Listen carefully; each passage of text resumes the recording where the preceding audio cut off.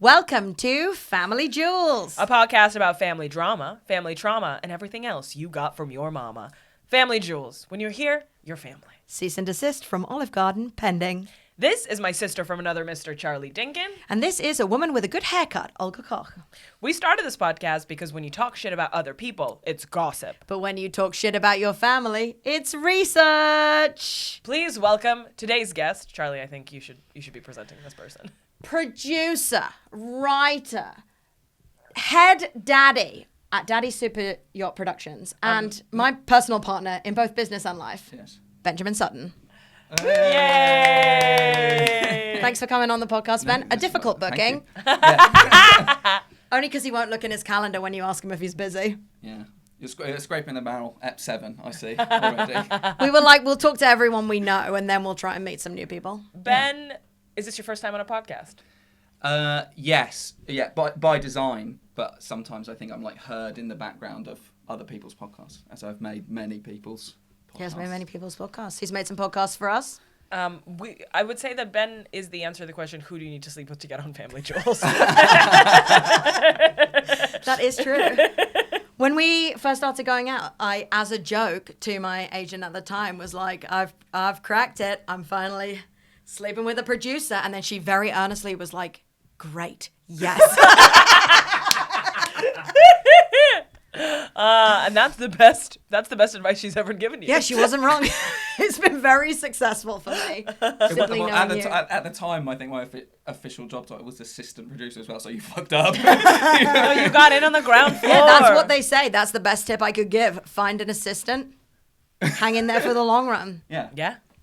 Great. And here we are, And here we are. podcasting. Here we are, All podcasting together again. together. Do you know what this podcast is? Yes. All right. I do. How many brothers and sisters do you have? 4. It's too many, in my It's too opinion. many. Okay, so there's 5 of you in total. Five of us in total. Oh, same parents. Yeah, same parents. Age difference? All very close. All sort of not all 90s. Yeah, all 90s. All Oh, what a decade. 1990 to 97. 5. She was just- 4 on purpose, and then the last one slipped through them. Am I allowed to ask whether there was a vasectomy involved? You are. I don't actually know the whole story. But Why did it stop? essentially, the plan The cum ran out. was to stop after 4. Okay. And then my little brother Ed was just too tenacious not to exist, so he squeezed through. Yeah. And my favourite fact about you and your siblings is you are named in alphabetical order. That's all.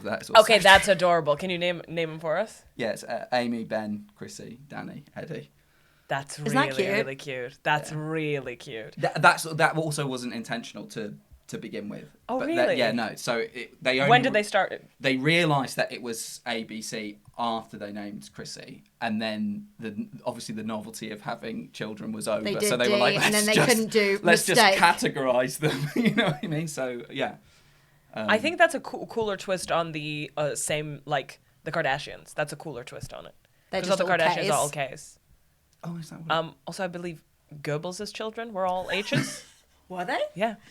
What a weird little fact to Let have in me your head. look that up really quickly. Helga, Hilda, Helmut, Holde, Hedda, and Heidi. Oh. A fun fact for you. I'm so sorry. I'm so sorry. All dead in the bunker. Don't worry. Another thing I obviously know about your family is you have a very disparate group of job paths in your siblings. Yeah, we do. We're all quite different. We were all kind of raised to be like very independent. So Were you a gang when you grow up then, or yeah, and actually when we were kids and we used to have to like travel on the train to get to school, and when we were kids, usually like you individually would get like kind of a bully sort of name, but the whole group of us were just like called the Von Trapp family. Like, people would always They got you. but we didn't like do ourselves any favors, because it wasn't like we were like a quiet little group of kids on the train. We were like singing and dancing. And Oh, Ben. At one point we would do. I really remember us like doing magic. You were begging to be bullied. just to passengers on the train. We did What? a bit. So we were doing a bit like back in the day, you could go between the carriage doors were like physical doors. Yeah. And we were doing like the Vanishing Lady to like a whole carriages, and then when we were done with that carriage, we would move on to the next carriage until we got home. Oh my god. And so we just invited adorable. a lot of Yeah. people. Yeah. But you didn't mind. Obviously, we didn't give a shit because we thought we were really cool, and there were 5 of us, so we outnumbered like most people. No group of bullies could. Yeah, They need to be 6 bullies. There is definitely something to be said about that. You would need 6 bullies to get to us, I think, for sure. So it was challenging. And to even bully when us. they would try and bully you, you just vanish. Yeah, exactly. Yeah, exactly. You do well on TikTok today. I keep seeing those people who like one person is like got a blanket, and then they like throw the blanket in the air, and then the other person like comes up behind the blanket. But I saw them doing it to like a food stall, like a man just working at a food stall, and they're like doing magic to him. I assume against his will. We would have been an extremely insufferable. Oh my TikTok God, yeah. family, for sure. And we were obviously doing all of that sort of stuff before there was a TikTok. So like I had a little like home movie camera.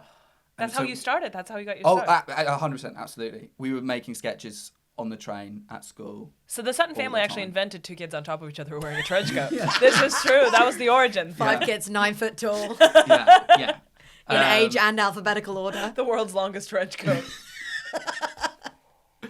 But apart from the fact that we were sort of all forced together, we were all raised to be very, very independent people and pursue our interests, rightly or wrongly. So it's like my sister is an actor, you know what I do. So that kind of seems. You're the most entertainment to begin with. Yeah, that sort of seems to make sense. Yeah. And then my little sister has had like a whole array of jobs, but like her main interest is in like events planning, like sports events planning, and was always very sporty. And at one point, She books a Super Bowl halftime show. yeah. At one point, she wanted to do Olympic snowboarding, but just like didn't actually like have the attention span to like focus We on all doing want to it. be an Olympic. We've all had that intention. We've all had that. Yeah. That's like me watching Cirque du Soleil. Have you ever seen Cirque du Soleil? Yes. Okay, every time. I think I've seen Cirque du Soleil twice, and both times I came out, and then I like Googled what job I could do in Cirque du Soleil, and the answer was no job. There's no skill I could bring to Cirque du Soleil. I'd say that is a Google search that is the most 3/4 through a joint I've ever heard. And then Dan is a zookeeper. So That's the coolest job he ever. looks after a zoo in Wales, and then my youngest brother's a soldier, like a straight up soldier. It's in the army. Okay, can I request explicitly you tell the story of your brother's medical hardship a few years ago What story was that? when he got something stuck in his hand or arm, and then no one could diagnose it? Oh. Okay, start from the beginning. I definitely don't have all the details. And this is Yeah, this that is the was thing. This is the thing is that like because there's so many of us and we have lived very disparate lives. It is like hearing these stories. I text them all last night and I was like, I'm doing this today, and they volunteered some stories, and He then prepped. and then they volunteered some things to say, and they were telling me stories about our lives together. And I was like, what the fuck are you talking about? When did any of this happen? But yeah, no, I do remember that this was a few years ago that he had been on like a training deployment somewhere, and it's like he had something in his arm, some like infection, some sort of weird thing, and they were like that could be a like tropical disease, but they couldn't get to the bottom of it, and he just sort of. It was amazing because he had to call like a special university or something, or an He had to institute. go to a They were really tropical- interested in it. Yeah. They were really interested They in it. wanted because they were students like, to look what? at it, and then they wouldn't remove it. And he said, "Are you going to treat it?" And he said, if it was going to kill you, it would have killed you already. Oh yeah, no, I'm glad that I love this story. Yeah, no, that if he was going to kill you, it would kill you. Is it So healed they just now? left it. Yeah, it's over now. I think I've checked in, but yeah. Imagine call having to be transferred and please hold, please hold, please hold. You're talking to the FBI, and they're like, we're not going to treat you, but we will come have a bunch of students take a look. Yeah, we do want to check it out. Yeah, they love to have a look. You got what? Yo, stay there. We'll be right there. Yeah, I think that they just never really got to the bottom of what it was at all. But it was this kind of like grotesque looking thing. Imagine you just did like. I have a picture of it at the time? Did I show think it to you? so. I don't have that picture anymore, but it was horrible. It really was like unpleasant. Imagine looking. just a bunch of doctors, instead of being like putting a bandage on, just be like, "Whoa, let me get Ed." Yeah. But he lives. He lives. He survives. So, He there you continues go. to be in the Cheers army. to that. And then you see my problem with this is that it's like, how do we even begin? Like, where do we categorize all these people? There's so many. We haven't even talked about. Well, now all I know is that I recalled a story from your family better than you did. Yeah, no, but this is going to be so bad. And it's like when I texted them last night and they sent me all these stories, it's like there's so many of them that I'm just like, I just don't know this. It's like I just don't know any of this stuff about them. Really. So talk to us about where are you from? Where did you grow up? So we all grew up in like Worthing, which is it's a BN postcode, which is like a Brighton postcode. So we all say Brighton, obviously, because Brighton's much cooler than Worthing. We grew up there, but I consider my home to be Brighton personally, because that's where I spent all of my childhood, really. A fun fact about this podcast is it's actually not real, because on the first 2 dates that you had, Charlie was so drunk she forgot everything you told her. So this is an excuse for her to ask you all Is that these true? I questions. do remember that. No, I do remember. Yeah, I'm just like fact checking now. Yeah, I've set up this whole thing. We've done 6 episodes. Yeah. So Right, how so- old are you? I see. You wanted to... What's your last I name? didn't drink on our first date. Yes, you did, and so did I. And what's funny about that is that like neither of us really drink. We don't drink at all. It was the most ever. insane courtship of all time. Oh, it was wild. You had an alcohol problem just because you couldn't bring yourselves to say that you want to kiss each other. No, but I think that is partly true. Is that we just like obviously really liked. So We embarrassing. really liked hanging out, and we like would go to like the Curzon or whatever and like watch them film, and then we would like sit and talk for. We were spending for so hours much and money hours. going to the cinema and we buying a were bottle like- of wine. But also, it's like we were just hanging out as well till like 3 or 4 in the morning. Just hanging out, and so you'd have to like we'd have to like create excuses to like keep hanging out, and it was like buying another bottle of wine. And I don't think I've ever really drunk that much in my life. No.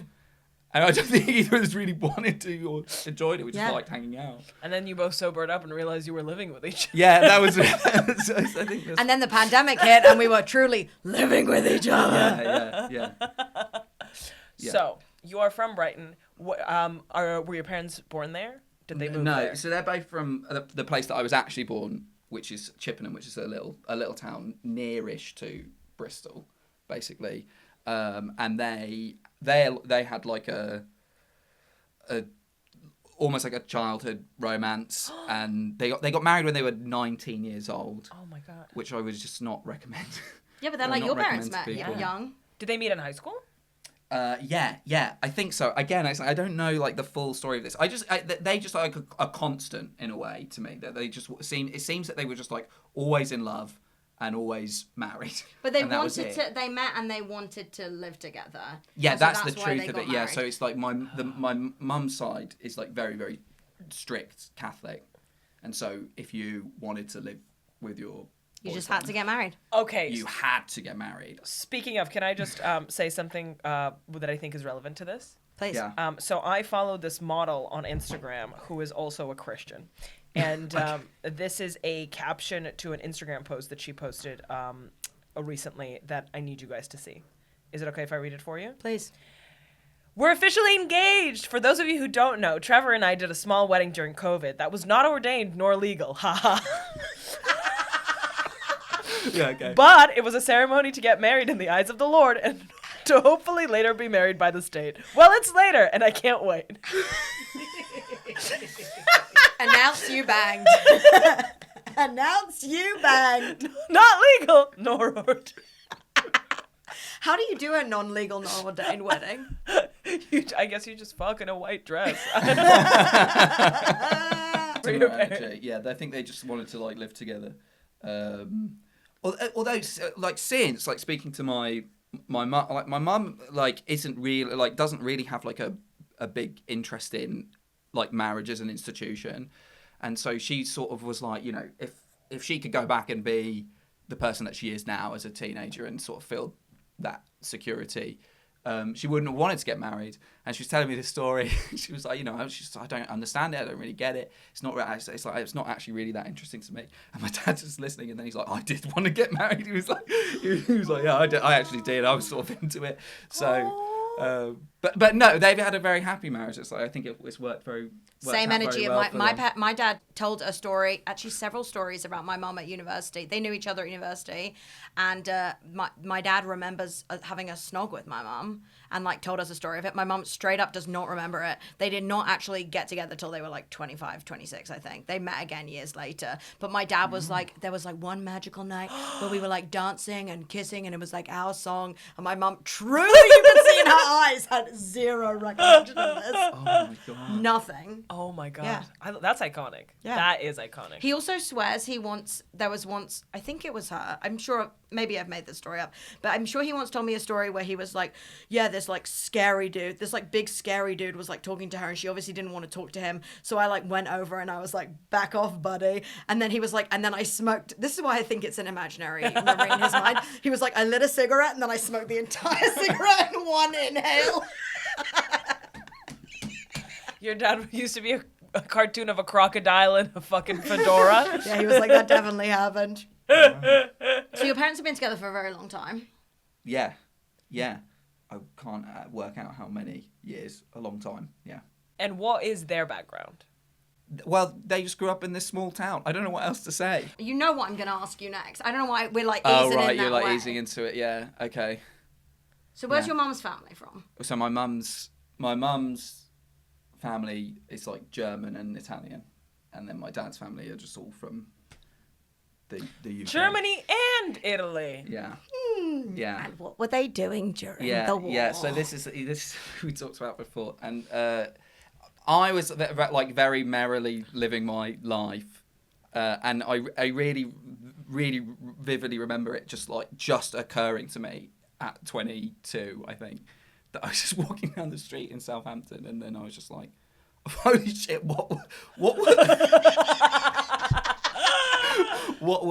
Upa and Ummerlein doing in the war? Oh, and they were German. And they were German, you know. So, Yeah, if you're not even calling them Grammy. you know, so, No pretense. it's like these are people I didn't really know. I met my Ummerlein one time, and I didn't really know them, but it just sort of all clicked into place, like all of this information. It was like, you know, like at the end of The Usual Suspects, where you realise who the villains are, and I was just like, oh my god! So I like immediately called my mum. I like straight away called my mum, and I was like, you know, what was going on? This is your mom's family. Yeah, this is my mom's family. I was like, so what's up? Like, what's the story? And she was just like this on the phone, and she was like, I knew this phone call was gonna come. Yeah, like it was really. I didn't realize it would take 22 Yeah, years. yeah, and she was like, I only ever asked my grandfather like one time about the war, and he was a Luftwaffe pilot, and I asked him what he was doing. He told me one story, and it was the last week of the Second World War, and he was ordered to shoot down like a Polish passenger plane, and he refused that order and he didn't do it. And he told this story to my mum, and then he cried, and I was like, Obviously, tell that story. He comes off like pretty good in that story. What about all the rest of it? Like, where is all the rest of the information? A very convenient story. Yeah, I don't want to know. I don't think I really want to know. I don't think I have like a great interest in it. Okay, so did her parents grow up in Germany and Italy, or did they grow up in the UK? No. My grandma grew up in Germany, but lived in the UK. I think early on, because my grandfather isn't Italian. He was born here, and that's the other side of it. Is then after I heard that story, I didn't really want to know anything about the Italian fascists either. Like, I wasn't interested in that. But I found out like actually relatively recently that my Italian great grandfather moved to Chippenham, where my parents are from, my family's from, like in the 30s or something, and like set up a business in Chippenham, this like ice cream shop cafe thing that was there. Like my grandfather ran it as well, so it was there for a really long time, and like a staple of the the high street in Chippenham, and then it like, so I assumed that he just like was another Italian fascist or whatever, but he just lived near Bristol, No, was just married a Chippenham ice cream man. just a Chippenham ice cream man, like married to like a Bristolian woman, had children, and then when the Second World War came around and Italy became enemies of Britain, he was like put on a list and locked up.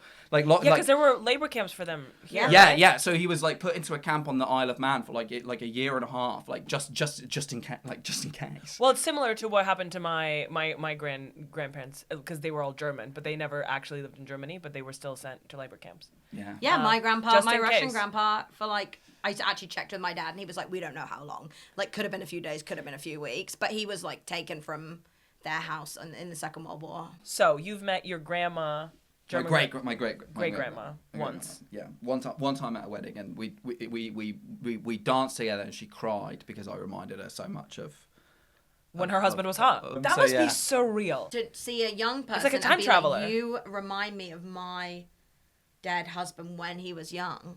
Which is insane because I obviously look way more like the Italian side of my family. So Yeah, she was like, I wish he had that head of hair. yeah, all right. Yeah. Yeah. No. Okay, so this is let me just paint a picture for myself. Yeah. This is the mother of your mom's. Mother, yeah. Okay, mom. Yeah. Okay, and that's all German. Yeah. And then your mom's dad is the Italian guy. Yes. Yeah.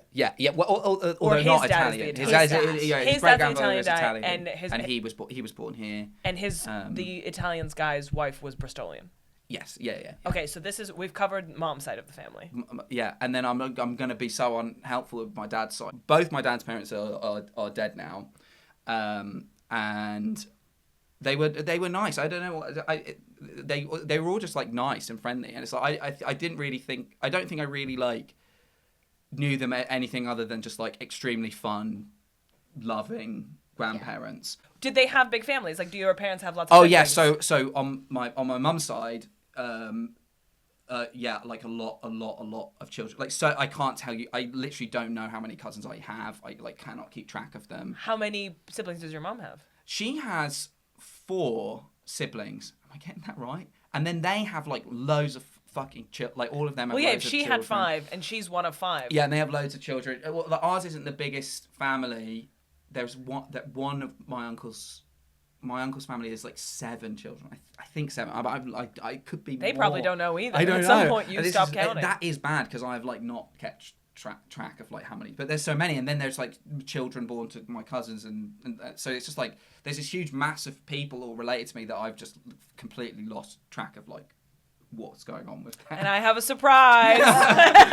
Charlie Jenkins. Oh my God. I don't think we're related, but I will say I do think you look a bit like my dad. I don't even want to get You look exactly like her brother. It's fucking gross and That kind of is- cute. So, can I ask a question that might not be great and you can not want to answer it? Yeah, go on. You come from a Catholic background. Your parents got married because they wanted to live together. They had 5 kids. What was the sex ed like in your home? Actually, good, but like with the like a Catholic spin. You know Okay, what I mean? please elaborate. Just like guilt. Obviously, guilt. Okay, okay. Guilt is the greatest contraception of all time. At home, like very reasonable. They had kind of like weird beliefs, only in the sense that I think that like Catholicism is a weird belief, but they weren't like extreme. But did you have to go to church and stuff? Yeah, and like every week, and I like became very, very resentful of doing that. The rule that was that you had to go to church until you were 16, and then you were an adult and you could do whatever you could then do whatever you wanted. Are they still religious, or are any of your And siblings no, religious? and then that's what's interesting is that actually I think that they were very religious, just through like inherited religiosity of like it was very like extremely religious, my mum's side of the family, and then I think that they've kind of like I think we've all sort of convinced them that it's that to not be, and that it's not actually that great. I don't know if I should say stuff like that, but like, you got more religious. Yeah. Why? So Why did Ben Sutton get more religious Now, in his today. early teens? No. So that was interesting. So it's sort of like religion. You just like never like question. Like you never. I don't think you would question it as a child, right? And then you just sort of like like a moderate Christian family, Christian values, church every week stuff. Yeah. Right. And then there was this girl that I really fancied. Oh, there it is. There was this girl I really fancied who Her name was Mary. and she went to I went to Catholic school. She went to Catholic school with me as well, and I really liked her. And she went to, it was like this youth church. Oh my god, I know. Oh my god, we had a youth church club in our school, but they Right. covered up and they were like free pizza, and I was like, Yeah. why is the pizza free? Yeah. Oh yeah, 100%. Always Yeah, ask why the 100%, pizza 100%. is So it free. was like, Yeah. it was like you would go to this place on the weekend in the evening, and you would like play dodgeball and play PlayStation and Yeah. like, eat sweets and stuff. But then you would do like 45 minutes of like worship. So you were really just enduring the worship to enjoy the flirting and the candy. No. So I really fancied this girl, and she went there. So I was like going to like hang out with her. I also like did not understand that there were other Christian religions at the time. Okay. I didn't really understand that I thought that there was like Catholicism and then there was Church of England, but I didn't really understand that there was like other things. So I assumed that we were all going to this Catholic youth club, and so I was like going like, why is Catholic youth club so much cooler than Catholic church, which is fucking boring, right? And anyway, it turns out that it's like some mad evangelical free church, right? Yeah. Like just doing like mad stuff, and There's no pizza in Catholicism. and then the girl broke up with me, but they hooked me. Oh, you know, so man. there was like a He period. loved the dodgeball. Yeah, there was a period where I was like really getting into like all the steps of being like indoctrinated for sure. Okay, this is, hear me out, because I think that this logically makes sense.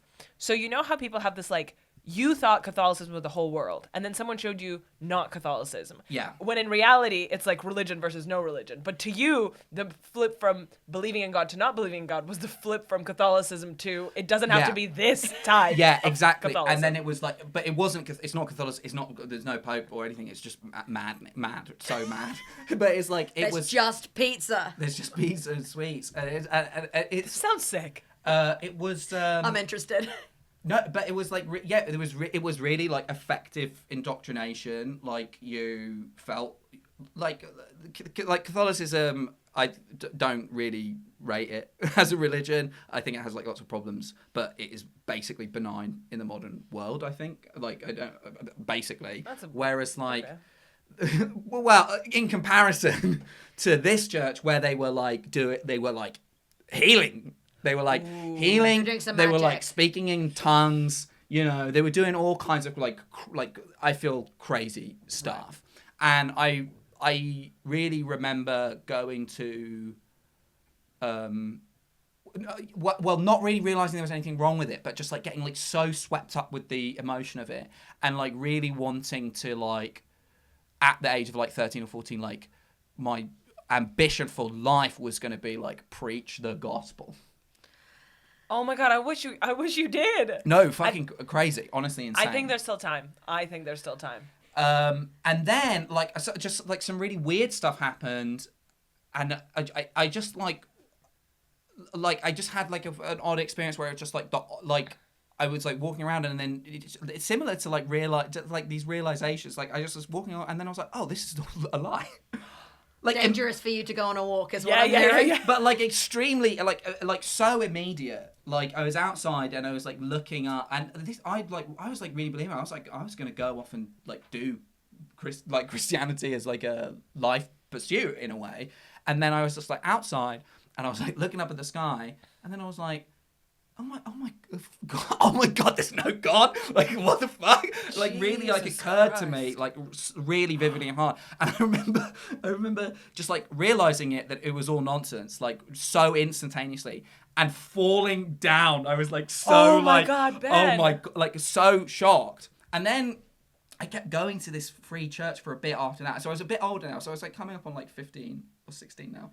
And I went. How are your parents feeling? How are your Catholic parents feeling about the fact that My you're... parents like were basically fine with stuff as long as we were like not really like hurting ourselves or hurting anyone like in it. And broadly speaking, it's not the worst thing to be coming home and being like, oh, I'm hanging out with the Christians. It's like, yeah, you could be hanging out with like, you know what I mean? Like, so from their perspective, I think that they sort of were like okay with it, and they were still pretty religious. So, and I don't think they understood the nuances of the differences. Can I ask either. a question, which is, you were a goth. Big Dad. Okay, wait, what? Oh yeah. So you were in a group of Christian goths. No. Are you what? Start from the beginning. This podcast is going to get so derailed. When did you become a goth? And when were you a Christian? And what was the overlap? Gothy for a long time, like from probably around the same kind of time. What's the Venn diagram of your goth friends and your Christian friends? None. So you're the Venn We diagram. were all in Catholic school, Oh, so fine. but actually, like most kids in Catholic school don't care or think about God ever, except Apart from at you. school. Yeah. Apart from me, who had to go to a Catholic church every week, and then also was opting to go to Christian youth club. You know, so that like Wearing bizarre. a long leather coat Sometimes, yeah. In the Yeah. summer. in the summer. Yeah, but it didn't like, to me, it like didn't contradict anything. And you know, You believe in God, you believe in Dracula. I showed you some of these things that it was like, you know, I just like the genre of like rock music, right? And then there was Christian rock, obviously. That's like the that main band genre exists. of Christian music. Yeah, and I yeah. showed you some of the albums that we were. Yeah, there was some really bad music. I once got into a horrendous band and albums. then realized that they were Christian. No. Yeah. It was one of the most... When did you realize? It was... Okay, let me tell... It's a really cool song. Yeah. And then I was like really jamming to it. And then I was like, wait a second, what are they saying? Yeah. Can you tell us some of the lyrics? I need. Do you mind if I look it up really quickly? Yeah. Yeah. Can you get up MC Tempo? What was it called? MC Tempo stylized with a crucifix for the T. I'll finish this bit of the story whilst you're Googling. Yeah, go on. But yeah, so basically I realised God was alive. And but I felt upset about it because I really was like, it was like the tandem realization was God is alive and there is nothing when you're dead. Yeah. Right. And that was the thing that I was really upset about, that there was just nothing when you were dead. And so I kept going to Christian Youth Club For the pizza. for the pizza, For the girls. but also to For like, the chicks. you know, and I kept going, and I wanted to like sort of like maybe find some like clarity, and I just like was in there, and we went to like a really big event at the main church, the main cult church, right? And they were doing healings, they were doing like all of this stuff, and I was like, ugh, like I suddenly felt really like, and I just remember him like holding his arm out, and this is like all like 14, 15-year-old teenagers in like 2007, 2008 or whatever, and he's just like, someone over there in this side of the room, someone over here in this side of the room is cutting themselves, and I just want you to know that you're not alone, and it was just like He's doing Darren Brown probability shit. 100%, and it was just like, you know, it's just like a room full of kids who are all listening to like Bullet for My Valentine, My Chemical Romance. It's like, yeah, good guess, bro. You know what I mean? And it was just like, so it was so weird how like obvious the bullshit, like the facade was, Yeah. like, and it was almost like you then had to go off and have like private prayer with your pastor, the one who was like in charge of you. And I sat down with this guy, and we were talking. He was like, "Hey, what's going on?" And I was like, "I think this is all a lie. I think this is all bullshit." And he was like, "Okay, do you want to pray about that?" And I was like, "All right." And then we prayed in silence for like 5 minutes, and I just felt nothing. I was like, "This is all horrible." And then I never went back, and then became like aggressively anti-religious. Went into a new phase of like Ultra atheism. ultra Christopher atheism. Hitchens. Hitchens. Oh, Dawkins. Harris, Dawkins, all of that. Yeah. Somehow worse. To me, Yeah. worse. Yeah, worse, definitely worse.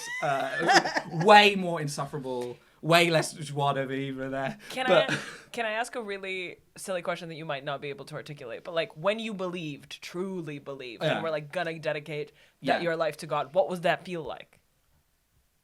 How can you describe that? Like eating ice cream? a very nice day. I want to know what it feels like, the euphoria of believing. Well, I feel that Purpose? it's difficult to like put a finger on how it felt, but I think that I think that I think it was nicer that the idea that you would go to heaven, like it made a lot of things like make sense, right? That you would go heaven, Like contentness. Yeah. Okay. but it's not even contentness because it's like I'm still just a normal person. Like life has their ups and downs, right? Okay, And, but do you feel like you're moving through the world knowing that there's like, I have ice cream. oh at yeah, home like I in have the like freezer. no, that like, feeling. like that, going to heaven, no question, like, no question.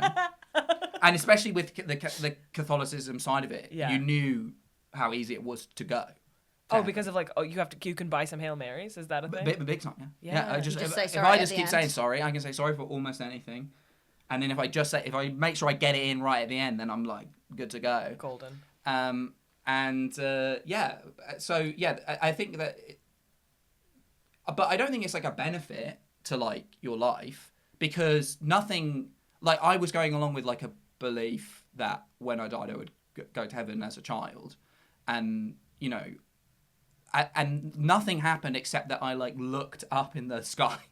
And then I like felt the worst feeling I've ever felt in my life. And he fell to the ground. You know what I mean? Like, so it's like, Have you it ever- wasn't like, whatever, like believing something that's not true is harmless if it like makes you feel good. It's like, well, no, because you can't control that belief. You literally can't. Anything can shake you out. Like, literally, obviously anything can shake you out of it. And then you're just suddenly confronted with your own mortality. Whereas I feel like if you always just knew that when you died, it would be over and you didn't really like engage with it in like a literal adult, like I was an adult when I would like realized I was going to be dead forever.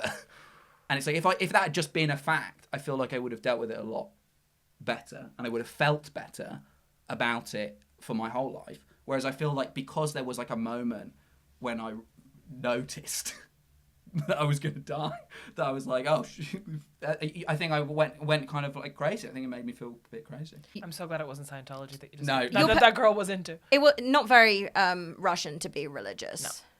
So just no engagement with it. No, there was engagement, but it was very much like looking at it as like a lifestyle, as opposed to like be humble, work hard. Do you Right. know what I mean? Like that kind of vibe. It's more.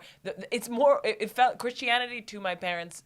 The way that they apply it felt much more like what Scientology claims to be, like a self-help thing. Yeah. Do you know what I mean? Of like, let's live by these sort of standards and understanding. Heaven was never a thing that ever was brought up. It was more of like, it was more like don't lie. Like it's a rules for life thing as opposed to a spiritual thing.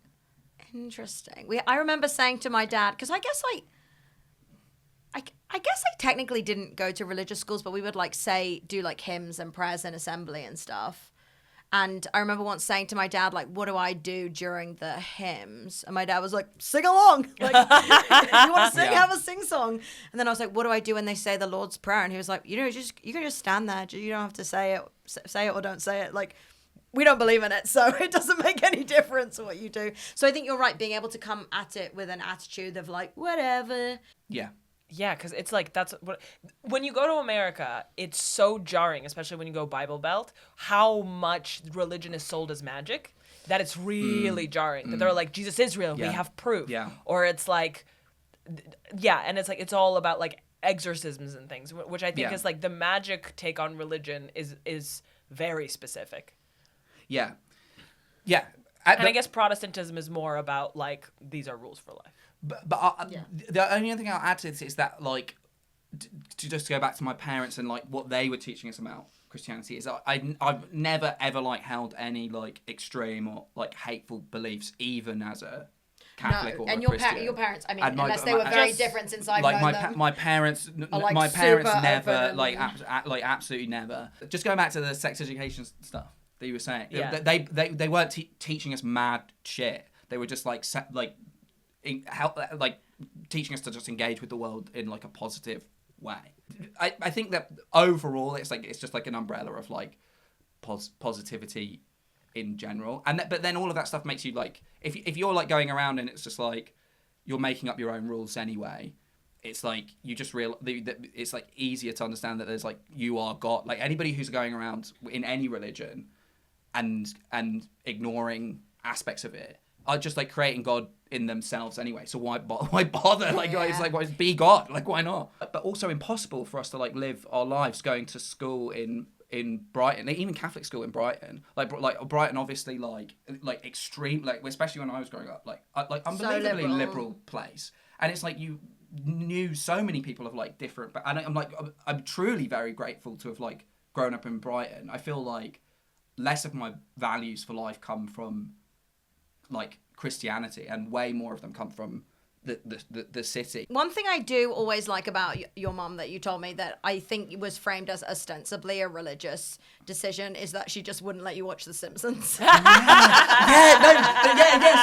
there's like crazy things that it's like really insane things happen to us as children that were ostensibly for religious reasons that aren't. Just didn't want to watch The Simpsons. That have nothing to do with like That's doctrines so of funny. faith or anything. Oh, right. that's funny. So The Simpsons banned.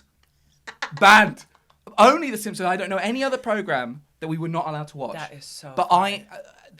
people are like almost angry at me working in comedy, and when they talk to me, I have truly watched less than 5 episodes of The Simpsons. Less than 5 episodes. Yeah, because of The your Christian Simpsons. beliefs. I Because love of my that. beliefs. No coriander in the house. Christian. Just mad. Yeah, just mad. It's like Love obviously that. that has nothing to do with anything, but yeah, it was just like that was just bad. I was just like, what? Like it doesn't make any sense. And She's then more of a Family Guy girl. she loves Family Guy. That is the weirdest bit. Is that like Family Guy, which is like objectively the worst show, like the worser of the two I like shows. Family Guy, but She loves it. She really likes it. She's watching it all the time on ITV2, late at night, watching Family Guy. You know what I Jesus mean? loves Family She Guy. loves Family Guy. But Catholics for just Family like, Guy.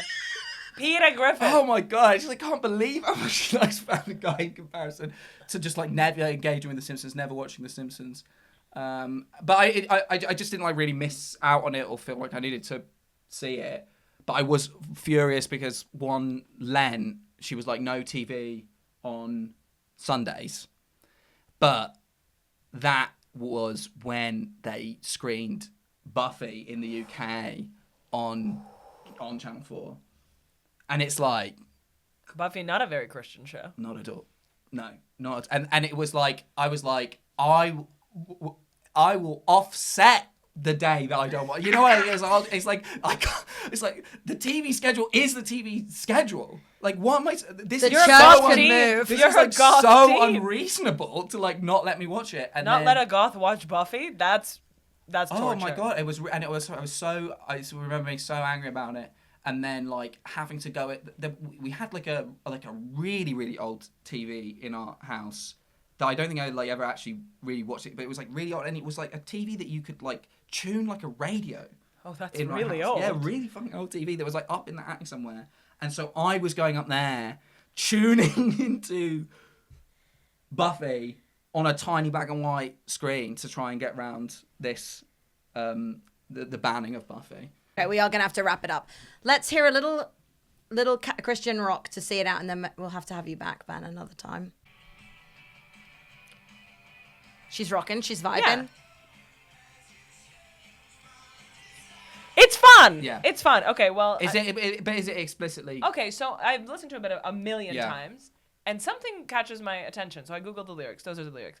All of my life, I live to follow you alone as you change my desires. Liberated by the blood of Jesus, I found life in the sweetness of freedom. It scammed you, man. Yeah, It's There's no scammed you. denial. It's wild. There's no It's denial. wild. It's wild. I'll tell you this one about this one guy, MC Tempo, who is from this mad free church that I went to. MC Tempo. MC Tempo.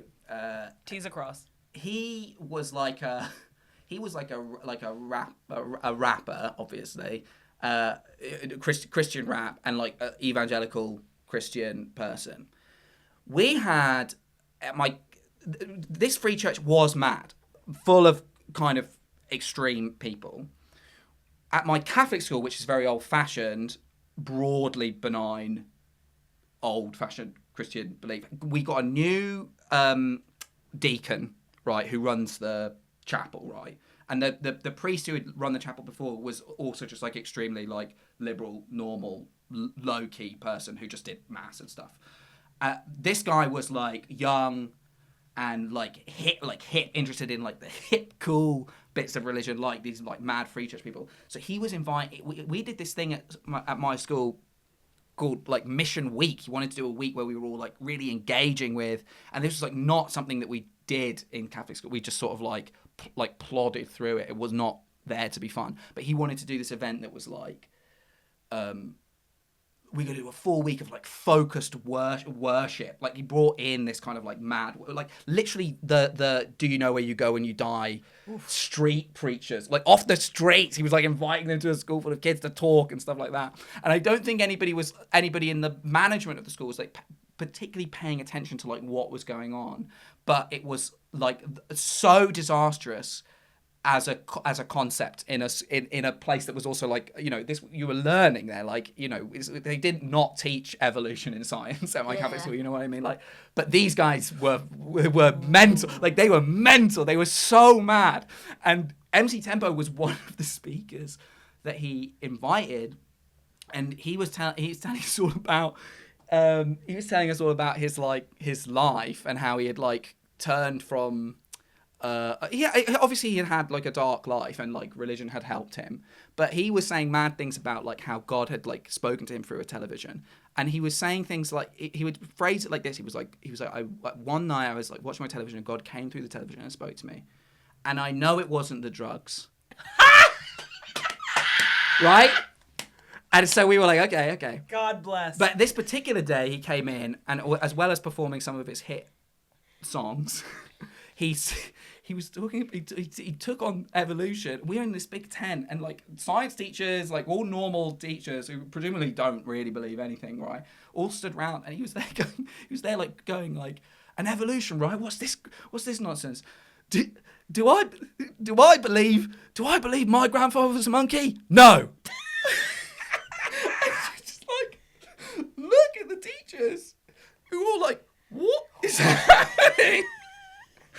And it was like, I think a lot of people complained that they had essentially invited in like crazy people, like hellfire people, apocalypse people to come in and talk to like a bunch of impressionable teens. Do I believe my grandpa was a monkey? This episode of Family Jewels was produced by our nephew, Andrew White, in the fantastic Trusty Hog studio. I've been your one fun cousin, Charlie Lincoln. And I've been your dad's brother, who's still living in the basement, but promises he's leaving any day now, Olga Koch. Like, subscribe, share, and talk about us at your next family reunion. If you have any family stories, secrets, or skeletons that you want to share, DM us on Instagram. Or leave them to us in your will.